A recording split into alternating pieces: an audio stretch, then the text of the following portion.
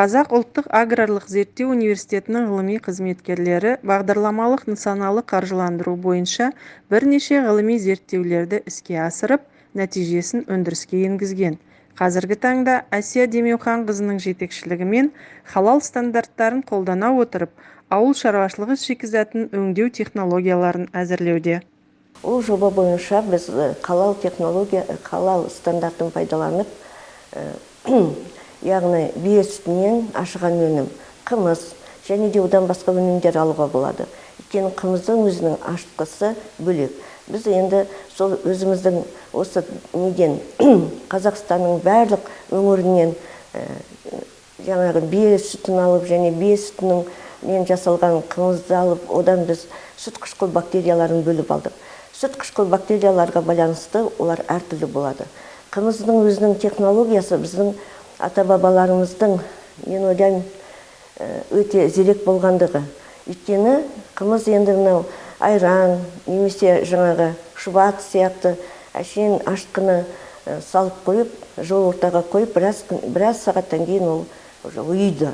Ұю процесі дегеніміз сол не себептен сүттер сұйық болады да, ал ашыған өнім қою болады. Өйткені сол сүттің құрамында сүт қышқыл бактериялардың саны көбейеді.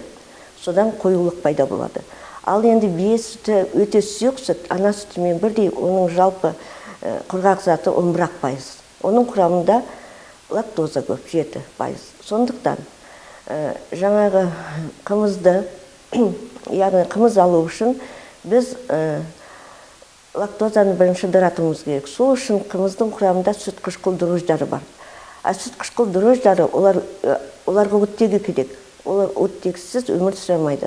Сол оттегі болу үшін біздің ата-бабаларымыз оны піскен, яғни сүтті оттегімен қамтамасыз еткен.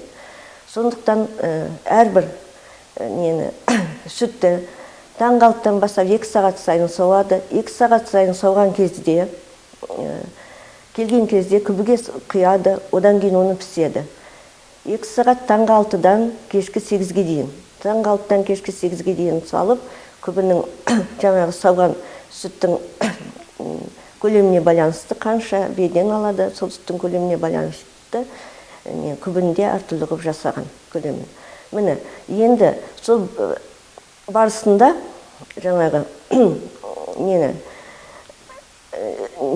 қымыздың, яғни ферменттелген өнімнің ферменттелу барысында бізде бие сүтінің қымыздың құрамында аскорбин қышқылы синтезделенеді. Аскорбин қышқылы бие сүтінде көп, бірақ қымыз пайда болған кезде, яғни ферменттелген кезде 2 есе көбейеді. Сонымен қатар бактерицин деген антибиотик синтезделенеді. Бие сүтінде және қымызда адамның денсаулығына керекті барлық дәрумендер бар. Әсіресе ол А, С және Д дәрумендеріне бай. Сондықтан ата-бабамыз қымызбен түрлі аурулардан да сақтанған. Қазіргі таңда бұл сусынның қасиетін өзге елдерде мойындап отыр. Антибиотикпен жаңағы науқастанған адамдар, одан кейін қымыз арқылы ол антибиотикті біздің организмімізден тазалайды. Өйткені олар ксенобиотиктер, оларды біздің ағза ыдырата алмайды. Сондықтан олар біздің клеткада аккумулироваться етеді. Химиялық қосылыстардың бәрін ксенобиотиктер дейді. Олар біздің организмімізде мәңгілік сақталады. Ал қымыздың арқасында олардың белсенділігін жояды. Сондықтан қымыз дегеніміз өте біздің дүние жүзіне қажет өнім. Сондықтан біз оны экспортқа шығаруымыз керек. Осы біз жақында ғана қаңтар айында Жапонияға барып келіп, сол жерге біз өзіміздің қымызымызды алып бардық.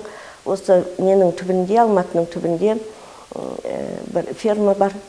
Сол кісілерден қымыз жасайды екен, ол кісілер күніне бір 300-400 литр қымыз, сол қымызды алып барып, өзіміздің көрмеге ауыл шаруашылығы біздің министрлігі алып барды бізді. Сондай өнімдер жасағандарды, қазақтың ұлттық өнімдерін құрт алып барды, мынау кейбір ғылыми зерттеу институттардан ет алып барды. Етті жаңағы отқа салып, қазақтың бұрынғы әдісімен өңдеу жолымен сондай алып бардық. Енді амандық болса біз неге Францияға барайық деп отырмыз. Үлкен көрмеге біз ол жерге де өзіміздің ұлттық өнімдерімізді, ұлттық жаңағы үстен жасалған ферменттелген өнімдерімізді алып барамыз. Біз ойлап отырмыз, сол уақытқа дейін біз бірнеше қымыздан басқа тағы да ашыған, 5-тен ашыған өнімдер жасаймыз деп ойлаймын.